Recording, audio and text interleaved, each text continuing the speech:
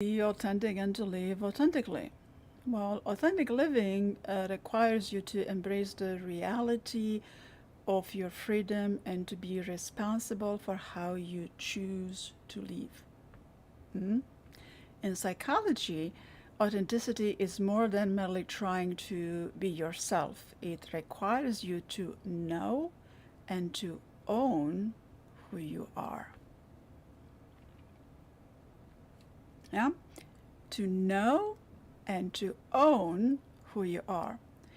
Yet, how we balance authenticity and well being throughout our lives and among the multiple roles we play usually brings many, many challenges. And it's supposed to, because otherwise life would be very boring. And what kind of authenticity would we have with all that boredom? Not a lot. So, what is living an authentic life? Now, how we perceive our authenticity is a crucial aspect of who we are. Perception, keyword perception. Not only does it significantly influence the pleasure we derive from our experiences, pleasure, happiness, joy, but it also affects our judgment and behavior across all aspects of our life. Judgment meaning as how we criticize, because we criticize a lot, don't we? Interesting enough, if we pay attention to, we see that young children are highly aware of the importance of authenticity. You might remember when you were a kid and how important it was to you to be authentic. And learning to treasure originals more than copies. Children, they learn to treasure original more than copies at a very early age. And later in life, authenticity became greatly affected by our skewed sense of value, of higher value, given by the expensive objects like expensive designer watches or specialty coffees or all kinds of designer stuff. That's a skewed sense of value. Now, learning to live authentically is about understanding what it means to be real. So, what does it mean to be real to you? Yeah, because for a lot of people that have grown up in traditional type of a society, a lot of Eastern European countries. I'm going to stick with Eastern European because I am Eastern European, but there are many more societies and countries that define themselves by their traditions. And a lot of my friends and colleagues define their authenticity by the traditions. But is that all that is to authenticity? I think there is more to authenticity. Now, learning to live authentically is about understanding what it means to be real. And traditions are past and they're old. They're valuable as tradition, but how big of an impact does it have over your authenticity? That's for you to determine. Because authenticity requires us to be natural, realizing our needs while at the same time considering others' needs, and this is not very easy. Yeah? And for a lot of people, tradition plays a significant role in authenticity, and for some people, tradition does not play a significant role in their authenticity, and that is all right, right? But how and why do we stop being ourselves and being authentic? Is it all about traditions that we are stuck into thinking, perceiving that traditions, it's all there is to authenticity, or is there more? Where Carl Rogers, most renowned humanistic psychologist, believed that being motivated toward fulfillment and self-actualization is a normal and natural human urge, yet it can be blocked when our needs go unsatisfied. And oftentimes this authenticity can also be not necessarily blocked, but unnecessarily what's the best word to use? Not finding the best word to use as to all of the tradition, hundreds and hundreds of years of tradition that need to be plugged into your authentic self. If that's important to you, it will be plugged. If it's not important to you, it won't be plugged. You will not be less authentic if you don't wear traditional clothes, that folkloric clothes that okay, I'm not gonna go the route. I'm not gonna go the route. Needless to say, people will do all they must do to survive, and this affects behavior and how we perceive the world and the people around us.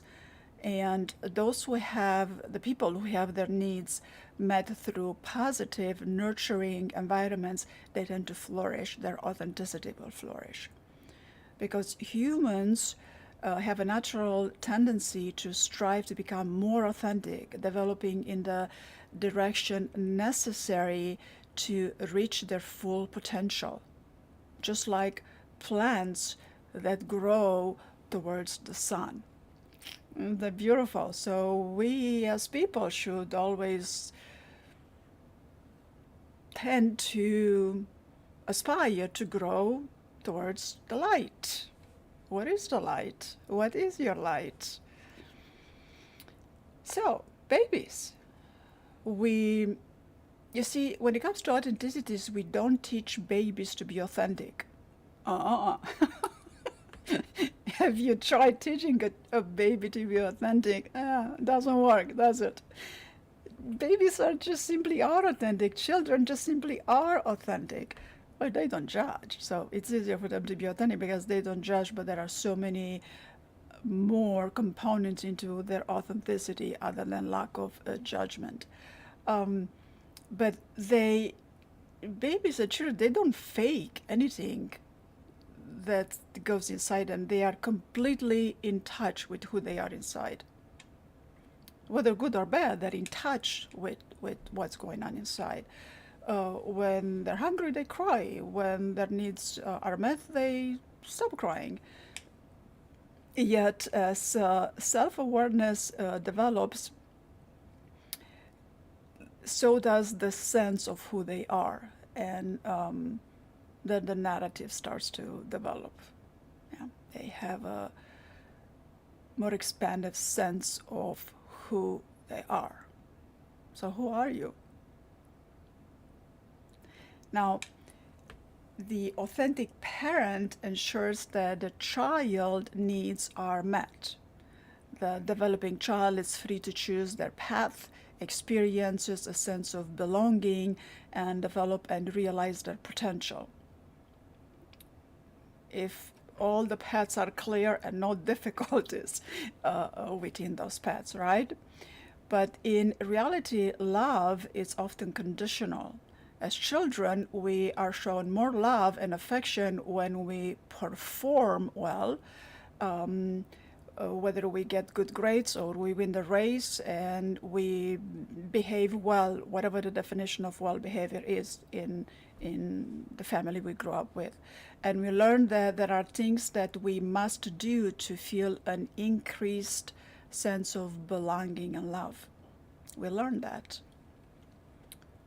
in our childhood. Everybody does that. And for a lot of people, this particular aspect can push them towards an inauthentic living. But Joseph reminds us that it's not true that for much of our adult life we put on a show. A lot of us put on a show, a lot of us don't put on a show, a lot of us strive to live an authentic life to become our authentic selves. But there are a considerable amount of people that during the day they experience only temporary moments where they feel as though they are truly themselves, saying and thinking exactly how they feel. Now we can't. We are stressed, so we can't say. We cannot say exactly what we think and how we feel during the lot of stress because we don't think good thoughts. So saying everything we think and feel when we are under a lot of stress, we're just going to end up hurting other people. And that doesn't mean we're going to be authentic.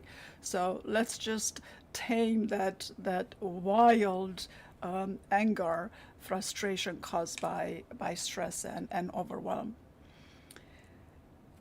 Other than that, a person living authentically exists moment by moment. Now, moment by moment doesn't mean that they are not responsible. They are responsible, all right, and they're aware of the consequences of the choices, but they still have arrived to a consciousness of being in the moment, experiences life moment by moment, savoring each moment, striving to understand themselves, their motivation, their defenses, and the conditions of worth, while also being aware of their responsibilities and choices. Because truth of the matter is that responsibilities comes before rights. We're not babies anymore, right? So we have responsibilities. An authentic life involves following your passion and being intimately connected to your natural abilities, strengths, and talents. So what are your strengths? What are your talents? What are your abilities? Do you know them or do you know some of them? Now,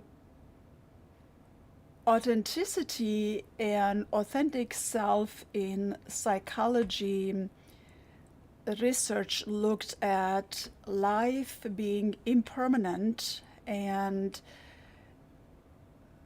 the uncertainty that of life impermanence may actually increase the authentic living because for many people the realization that death is ultimately unavoidable, then that values are subjective and the universe holds no clear objectives can actually be the wake-up call that leads people to live more authentic lives. And researchers, psychologists, a researcher explored the nature of authenticity and self-presentation, and they found, surprisingly, they found that authentic people see colors more intensely. The colors are more vivid. And also, another few aspects that psychology research found is that authenticity may have personal values and add meaning to our lives, and we may also wish to be seen as authentic to gain social benefit. Well, all right, if that's your goal, then that's your goal. Hopefully you want to be authentic for no other gain than being authentic and having Gaining really comes with that, not being authentic for the purpose of gaining something, because you're going to gain lots when you become your authentic self. Now, self-esteem occurs when our true self, our motives, our values, our feelings, and self-perception operate congruently in our everyday life. And authenticity, or even being perceived as authentic, may provide positive benefits to our view of self-worth and view of our abilities, and also over increasing the amount of self-respect. So, according to positive psychology, good life it's not defined solely by the absence of psychological problems, but by experiences that go above and beyond the absence of the problems. We all have problems. If there would be no problems, life would be very, very boring, and I don't know how much authenticity would be there in between boredom. And it is boredom that causes a lot of violence in life. So we don't want to be bored. Absolutely not. Not overwhelmed, but not bored. And when it comes to authenticity, it's most likely when we are free and ready to flourish that we are authentic. So a considerable sense of freedom, not in a sense that you're free to do whatever you want, because you're not free to do whatever you want. There are rules and laws, and you got to be a law-abiding citizen, yeah? Because authenticity and living a complete and fulfilling life are processes rather than outcomes. Like success is a destination, yeah? It's a journey. Success is a journey, not a destination. Authenticity, it's also a journey, not a destination, a fully rewarding journey indeed. And living authentically involves moving in a direction that is most authentic to you as individual, and fully developing your potential, experiencing meaning in life and a deep enjoyment or happiness, including seeking authenticity, seeking excellence, and personal growth. And a person who, well, the way you will know you are more authentic than not, or at least moving toward reaching your authenticity, is that you will find yourself expressing gratitude, being mindful, engaging in challenging activities, expressing your essential self to provide meaning and purpose to your life. Now, renowned humanist psychologist Joseph suggests that asking yourself the following questions will help you tremendously in figuring out, are you authentic yet, or are you on your way to become authentic? Do you feel free to make your own choices? Well, I hope that you do. I hope that you're not a child and that you do feel free to make your own choices, right? And do you feel free to express your own views and opinions? Well, respectfully and in a positive way, do you feel free to express your own views and opinions? And this doesn't mean do you feel free to express all the criticism you feel you want to criticize everything up and down, left and right. I don't know. I mean, yeah, you feel free to criticize some, but is that all you do? Criticize? Well, no, that's not being authentic, unless you want to be an authentic criticizer, right? And then do you feel you can be yourself on a day-to-day basis? It's important. So do you feel like you can be yourself on a day-to-day basis? And if your answer to this is no, then I want you to reflect on one other question. Could it be that you are not being true to who you are? Now, this is a loaded question, and I'd like to caution my European comrades and their ethnicity, and anybody that has an origin that has their identity attached to an ethnicity. There's much more to tradition and ethnicity when it comes to authenticity, and authenticity doesn't mean you have to continue to, well, some traditions are good because they're healthy, but if some of the traditions that you're not in agreement with anymore, you don't have to hold them up if they're not true for you. Whatever tradition that is, some religious tradition, some other, what they're usually related, a lot of traditions that are usually related to religious ceremonies, or some sort of cyclical ceremonies, or giving birth, or birthdays, or baptism, or weddings, or things like that. So if some of those traditions agree with you, by all means, go have fun with it. If some of them do not agree with who you are today, you don't have to squeeze that into who you are. Why? Because you don't have to. You're not disrespecting any of that. It's just you don't find as much value in them as you used to find at some point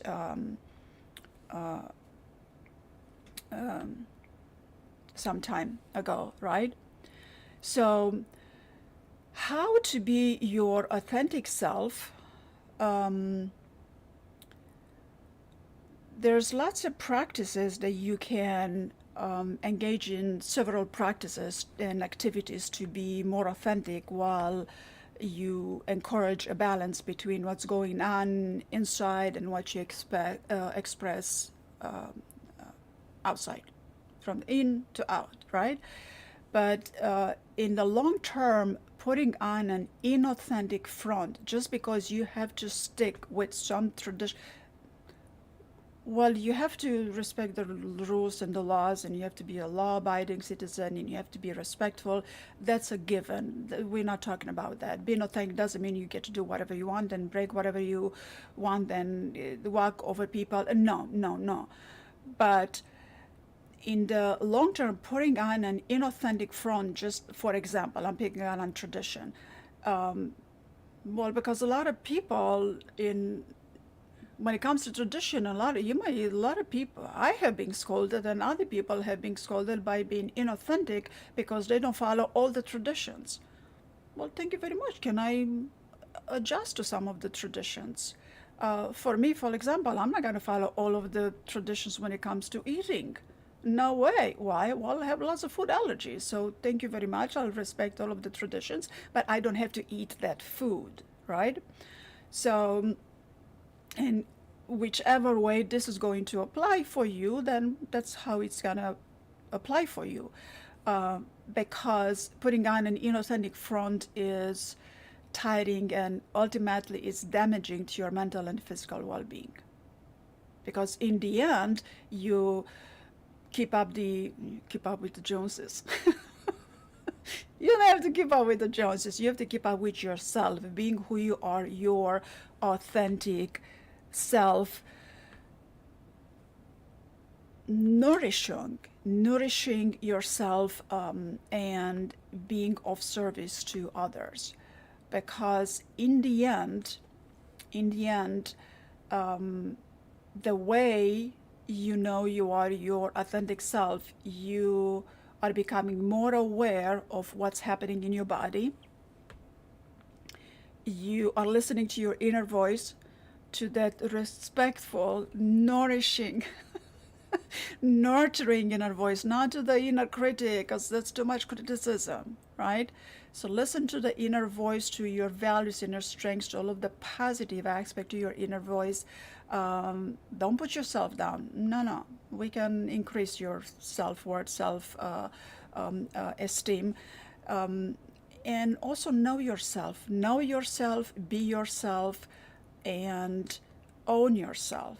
So if there is a formula on how to be authentic self, this is the formula. Know yourself, own yourself, be yourself, and you will be your authentic self. That's easier said than done, right? I know, because becoming more aware of what's happening in your body and know yourself, it might be easier, but owning yourself, a lot of people have difficulties owning themselves. What does it mean to own yourself? Well, a lot of us, and way too many people, if you ask me, there's a lot of external expectations that we go about fulfilling. There is a need to go fulfill all of this external expectation. And here are what traditions come in, because traditions, well, here's society, families, other people, mother, father, teacher, minister, that tell you who you should be and what you should value. And a lot of this is important, and you want to listen to it, and because it's valuable to you. You're not going to reject all of it, because a lot of it is healthy. But when you get to the point where you know that part of it is not healthy and is not for you, then you move on. And you go about getting to know you more, getting to own you a little more. And it takes a little bit of personal growth, takes a little bit of coaching, a little bit of experiences, positive experiences that are going to positively affect your neurotransmitters and your amygdala, and that consolidation of the stored memory that is going to repattern a lot of the patterns that no longer serve you. And because by now, all of us have spent plenty of time trying to please other people, pleasing external expectations. We still have to do that at work. We go to work, we have a job, we get paid, we have to please those external expectations, but that is at work. At work, you have your work identity. You don't have to identify yourself, your authentic self, you don't have to identify that with your job title. Well, if you want, and it's all congruent with who you are, who you want to be, by all means, yeah, good. But you don't have to. Your job title is not who you are. It could be, but it's not. And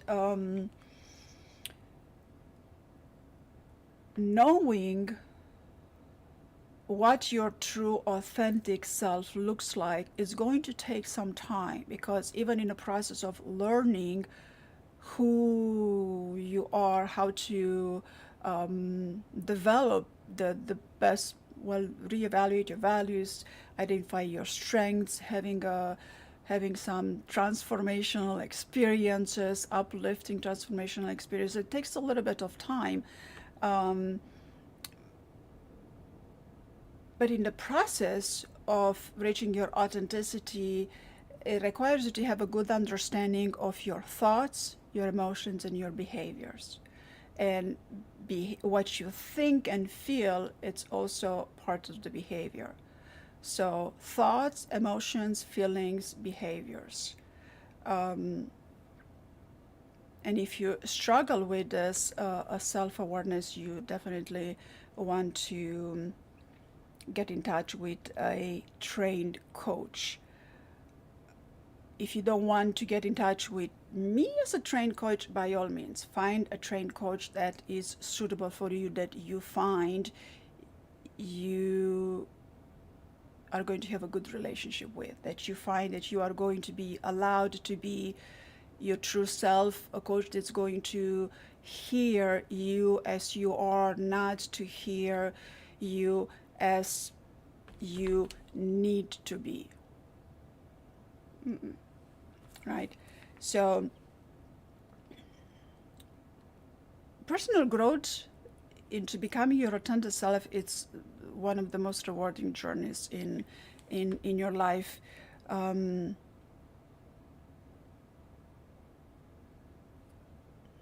It is definitely one of the most rewarding journeys. And I've talked about this before, but the realities,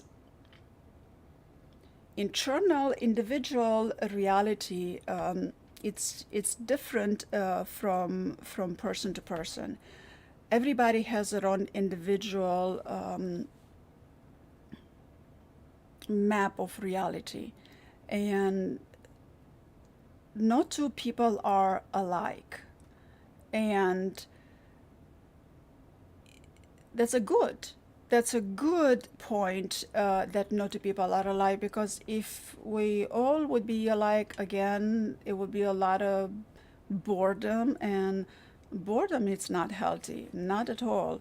A lot of people resort to violence because there is boredom, right? But individual reality takes a little bit of time and a little bit of coaching to study your beliefs, to study your values, understand your habits, your routines, your memories, your expectations, your attitudes. Oh my goodness gracious, your attitudes. We all have attitudes. And understand our meta programs, the filters, how we generalize, store, delete. There is so much that goes inside a individual reality. So with creating ease, I am not rebuilding, but I'm redoing this authentic self master class. I've been teaching this authentic self for many years, 15 years at least. So I am revamping this authentic self masterclass, and I am adding some elements to it to make it a bit more, to add value for your sense of accountability. Because there's a lot of neuro coaching involved in the authentic self that I teach. And my neuro coaching involves FEELFULNESS, which is my own proprietary thought feeling practices I call FEELFULNESS, where I teach you to feel a feeling by choice.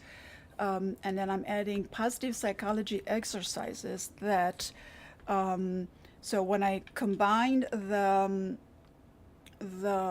neuro coaching with FEELFULNESS and with positive psychology exercises, all of these three concepts are used to help you with your personal development and understanding of yourself from 360 degrees. Yeah. We don't just look at what's wrong, because looking at what's wrong, I mean, you kind of know what you don't like by this point in life. You kind of know what's wrong, not necessarily what's wrong, but things you would like to adjust. And clinical psychology, that's what it does. Psychiatry and clinical psychology, they look at what's wrong and they try to fix it. Coaching doesn't do that. With neurocoaching and positive psychology, we look at your strengths what are your strengths, what are your values, and we build upon that. So if we work on what your strengths are, we're going to strengthen your strengths. And by strengthening your strengths, all of the weaknesses will fall away, because we're going to focus on your strengths and have them enhanced. And authentic self refers to being true to who you really are and understanding the core of your being. And on my website, this is how the page on my website looks like. When you're gonna go over here to my website, this is how my website is gonna look like. And of course, you are always free to reach out to me with all kinds of questions you have relating to this authentic self and what is involved in fearfulness, neurocoaching, and positive psychology.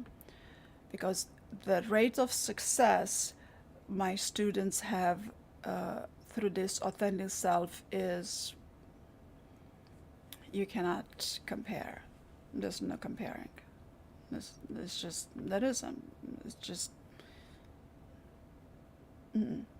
this is a complete transformational personal growth. You transform into that which you wish to be. Now, it doesn't mean that all of your molecules are going to disappear. You're not going to have your own molecules, because it doesn't happen like that. You want to keep some of your molecules and many of your molecules, right? But neurocoaching is a technique that's used to understand the neurological processes behind your behavior. I have lots of free therapy in here. Neurological process behind your behavior, your beliefs, and your thoughts, which gives you valuable insight into how your brain works and why you think, feel, and act the way you do. So once you have this kind of insight, light bulbs begin to turn on, and a lot of ahas begin to happen. And you want to have as many ahas as possible. Now, fearfulness comes with highly developed abilities and skills that enable you to gain the capacity to feel a feeling by choice, by which you're going to have the ability to generate a state of being. So, who do you want to be? Who are you, and who do you want to be? And positive psychology look at your strengths, your values, your motivation, your goals, and so much more, communication styles, and many, many more life domains, to help you focus on the things that make you happy and content, and to propel you to become your true authentic self. So by combining all of this and with very deep spiritual, transformative spiritual experiences, it is impossible not to arrive to your true authentic self. And in this journey at arriving your true authentic self, the stress begins to fall away. Your perception is going to change. It's impossible for your perception not to change. And when it's as if a bunch of draperies and a bunch of veils begins to go away, and you begin to see things clearly, with more vivid colors. Authentic self people, they see colors more vividly. But through that, through my authentic self masterclass, you get a wholesome approach to understanding a mindset, your feelings, your emotions, and how to use all of that to become more authentic, and not just think of what your authentic self could look like, but actually become that, being that, experiencing yourself as your authentic self. So this is a big deal. This is not just theory. Um, from books, you can learn so many things from books, but experiences, um, personal growth and transformation and authenticity can only happen through experiences. So reading a bunch of books about your authenticity, um, they're going to be fun and they're going to enlighten you with some good ideas. And about a couple of weeks after you've read the books, you're going to forget all about it and nothing will be put in practice, right? So if you want to become your authentic self, to expand yourself to levels you never knew existed, that but which are possible, easily available to you, that has to happen through experience. So through creating ease, right here, this is what it looks like on my website, like that.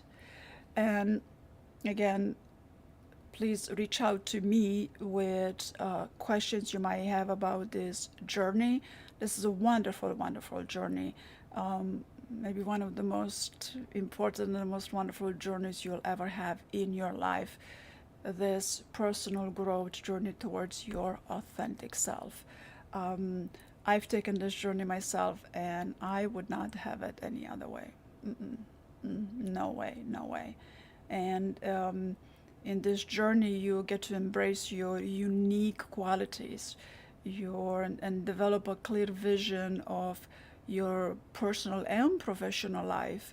And you can inspire positive changes and growth in yourself and in those around you.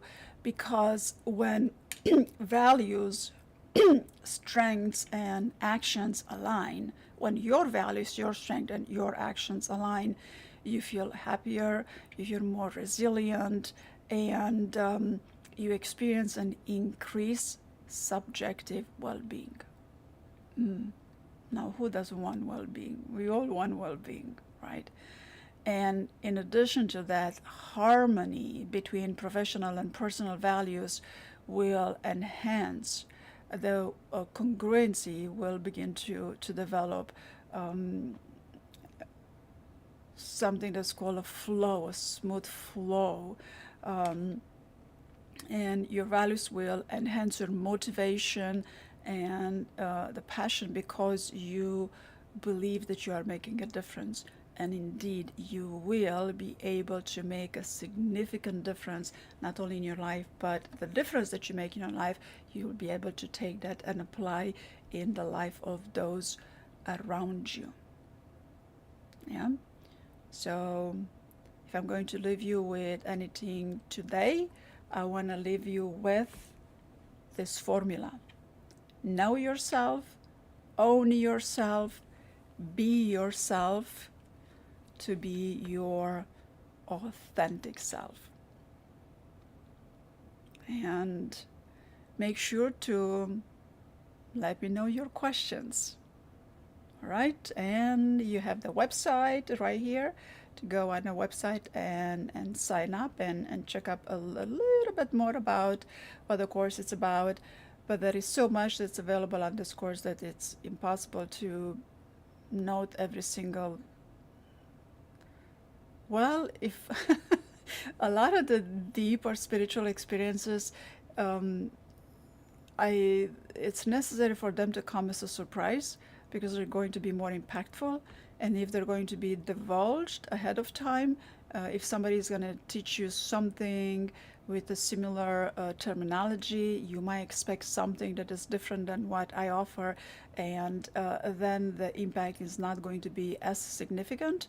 So Therefore, this is the very important reason by which I'm not listing everything that we do in every class, because a lot of it is also customized to your unique needs, to your unique values, to your unique aspirations. So it depends on who you are and what you want to be. It depends on what you need to heal, what you need to cleanse, what you need to resolve in your life. And yeah, a lot of it is customized to who you are. This is not the kind of course you take and you're left all on your own. No, this is a one-on-one coaching, and there's several different layers, several different levels of financial commitment depending on your budget. And I will make it work as long as you are committed, and you want to do this and you are committed. We will make it work depending on your budget and your commitment. Why? Because this is the most wonderful, wonderful journey you will ever take in your life. All right? So, your authentic self is made of know yourself, own yourself, be yourself, to be your authentic self.